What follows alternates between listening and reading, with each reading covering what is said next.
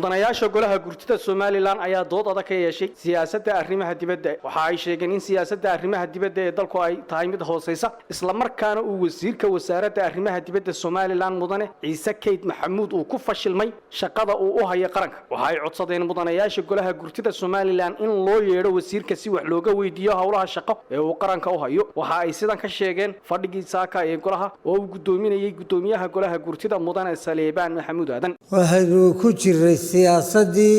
maanta waxaan filayaa waa arrimihii dibadda hal la qoro siyaasadeenna arrimaha dibadda anigu haddaan shakhsiyan qiimeeyo boqolkiiba boqol baynu ku fashilnay taana waxaa ku tusaysa u amarkhaati maanta go'doon baynu ku jiraa cid aynu dab ka qaadanaa ma jiro Jabuuti wayna la col Masar wayna la col Yamanina wayna la col markaynu ogaano waxaynu ku cunownay ama aynu ku cunoobeen markaasaynu siyaasad ka karraa siyaasadeenna waxaa diray waxa weeyaan nin baa tuurta ku sita geenyadii uu fuushan yahay inaa la ayd ee fahaya caynab وانا سيبكين halku ila maraa mid way iga su'aal qunsuliyad baa ku taala dalka Jamhuuriyadda Soomaaliland gaar ahaan Hargeysa markii jambay noo aqoonsan yihiin qunsuliyad halka laga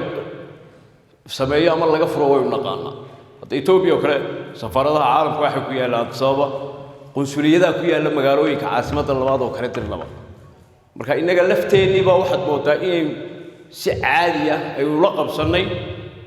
in region ka mid ah Soomaaliya waana qarad arrinkaas waa in degdeg madaxweynaha iyo wasaaradda arrimaha dibadda wasiirka waa inaynu u yeerno xafiiskan ka furan Turkiga halkan ee xafladahooda iyo barnaamijyadooda ay ka qayb galno muxuu ku fadhiyaa maan dhaweyto uu ka bareeray Turkiga waynu ognahay waa wadan warad muslima laakiin maaha muhiimadu qofku inuu adigana ku dhibo maaha waxba kaama soo qaadi PKK-da malaha uu la dagaalamo nimanka Kurdiyiinta ee dulman wasaaradda arrimaha dibadda aad iyo aad bay u shaqaysay shaqooyin badanna way qabatay risoolkii ugu dambeeyeyna waan sugaynaa waa inaynu filaynaa waqtigan soo socda in wax badani iyo wanaag badani ka soo baxo baan filaynaa ilaahayna waxaynu ka baryaynaa arrimaheena ilaahay inuu inoo hagaajo inoo fududeeyo wixii shar wadana sharkooda ilaahay naga qabto ilaahay baan ka baryaynaa marka waxaan leeyahay aynu u yeerno wasiirka arrimaha dibadda oo aynu xogogaal marka war la helaa talo la helaayo aynu xogogaal u noqono shalay waxaan arkayay dawladda Jabuuti oo dekad ballan qaaday oo tiri dekad bilaash aanu siinayna Itoobiya isla shalaytana wasiirkii arrimaha dibadda Turkigu waxaan u jeedaa Eritrea isna wuxuu yiri isaguna kuma dhacdo oo wuxuu yiri isaguna khatar bay amnigayga ku tahay in Itoobiya ciidamadeedii annaga la dulkeeno xuduudkayga la dulkeeno iyo halkaas ay ka gashay marka waxaan isleeyahay Jabuuti danteeda ilaashanaysa wax alla waxay dagaalada u wadaa ee maanta nafteedii maalkeedii iyo dekedeedii waxaan isleeyahay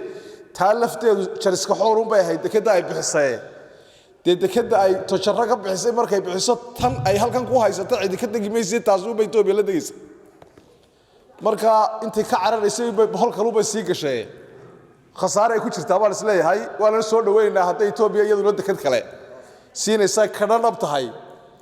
waa soo dhaweynaa inuu ka xumaan mayno وليد يقولتي ما ينال مقال ها وفد لطير يقولتي اللي هي دبت اعتراف هو هذه السنة ملا دولتي كلام يكون رح يقضيه إنك نقول عن إن الملاها اعتراف كذي هذه لطير هي قولتي ده. سيجستي كون يسقى بقول هي اللحدنكي أيام ضل كان Soomaaliland اعتراف كان إنك الديدي أنا ما بقرر يميل تردي صدق هي صدق الدولة أدونك أو إسرائيل أي وجوه الرئيس